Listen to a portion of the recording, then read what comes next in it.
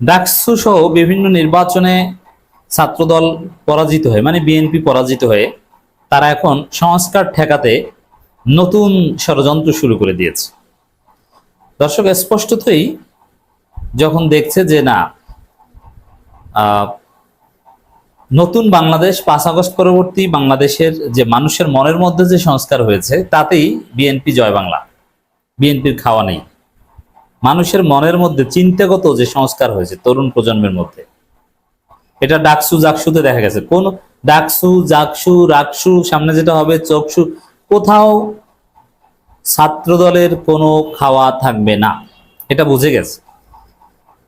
ওরা না পারছে নির্বাচন বর্জন করতে, না পারছে অংশগ্রহণ করতে, কি করবে ওদের মাথা কাজ করে না, বেপরোয়া হয়ে গেছে।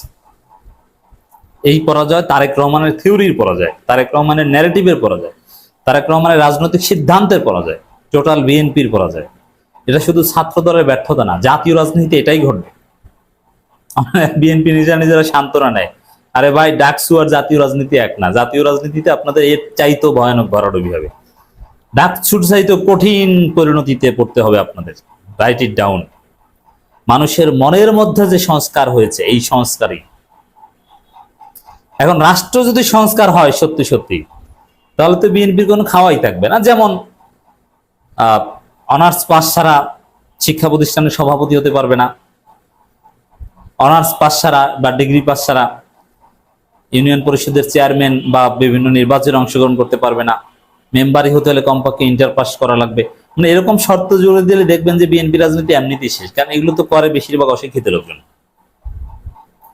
আর বিএনপি যদি রাজনীতি করতে হয় তখন ওই ভদ্র মানুষজনকে টেনে যেভাবে জিয়াউর রহমান করেছিলেন ওইভাবে করতে হবে। এই বর্তমানে ছাপড়ি মার্কা টেম্পু স্ট্যান্ড মার্কা রাজনীতি চলবে না। আপনি একটু আপনার এলাকায় খোঁজ নেন বিএনপি কারা করে, কোনো ভালো মানুষ বিএনপি করে দেখাতে পারবেন? না। শিক্ষিত লোকজন বিএনপি করে না। এক সময় শিক্ষিত লোকজন সাধারণত আওয়ামী লীগ করতো, কিন্তু তারা তো এখন পালাতক, কিন্তু বিএনপি করে কারা? এই জায়গায় দর্শক, যদি রাষ্ট্র সংস্কার হয়, যেমন ওই শোডাউনের রাজনীতি চলবে না, মিছিল মিটিং চলবে না, আপনি নির্বাচনী প্রচারণায় পোস্টার ছাপাতে পারবেন না, একজন প্রার্থীর পেছনে 10 টাকার বেশি ব্যয় করতে পারবেন না। এটা নির্বাচন কমিশন একটা মঞ্চ করে দিবে, সেখানে রোটেশনে এসে আপনাকে বক্তব্য দিতে হবে।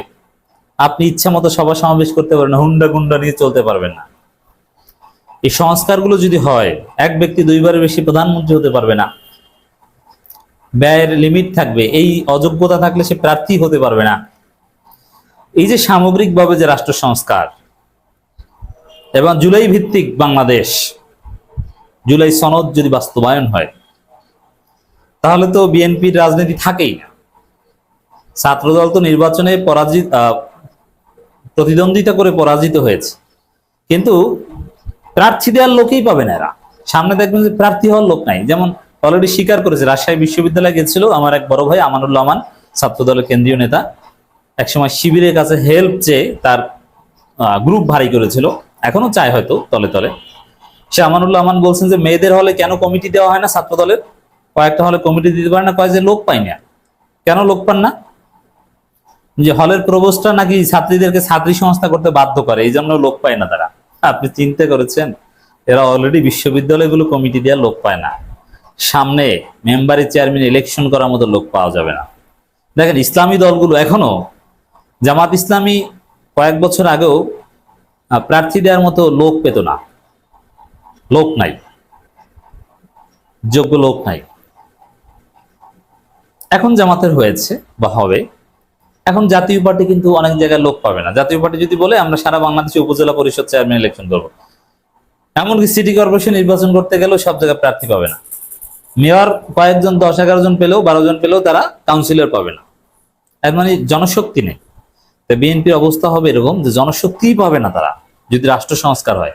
সংস্কারের মধ্য দিয়ে এই পেশি শক্তি, যেমন আচ্ছা দেখেন রাজনীতিতে রাষ্ট্র সংস্কারের মধ্য দিয়ে যদি দুর্নীতি, চুরি, লুটপাট, চাঁদাবাজির রাস্তা বন্ধ হয়ে যায়, তাহলে মানুষ বিএনপি করবে কোন দুঃখে? এখন আপনি যাদেরকে দেখেন গ্রামগঞ্জে বিএনপি করে, তারা কেন বিএনপি করবে?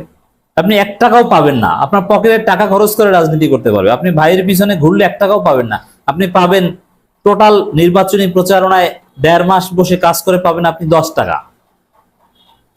এখন সোশ্যাল মিডিয়ার যুগ, উল্টোপাল্টা করবেন ধরা পড়ে যাবেন, আপনার একদম জয় বাংলা হয়ে যাবেন। আকাম করবেন ধরা পড়ে যাবেন, কিচ্ছু করতে পারবেন না। পকেটের টাকা খরচ করে জাতির বৃহত্তর স্বার্থে রাজনীতি করতে হবে, রাজনীতির জন্য আপনি নিজে কিছু পাবেন না।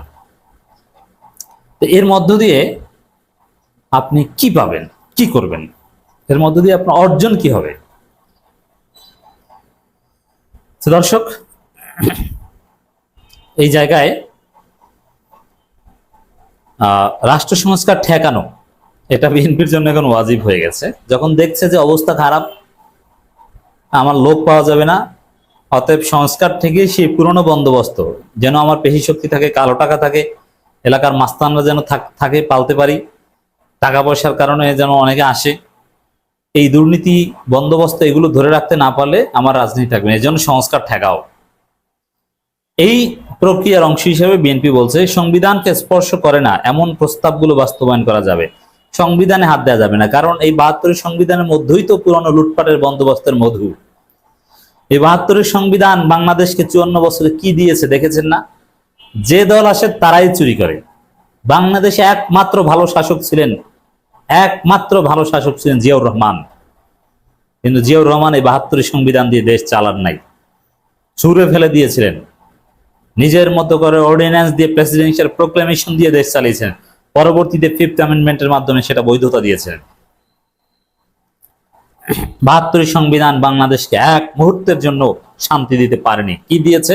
দিয়েছে চুরি, লুটপাট, দুর্নীতি, এগুলোর বৈধতা দিয়েছে, এগুলোর সুযোগ দিয়েছে।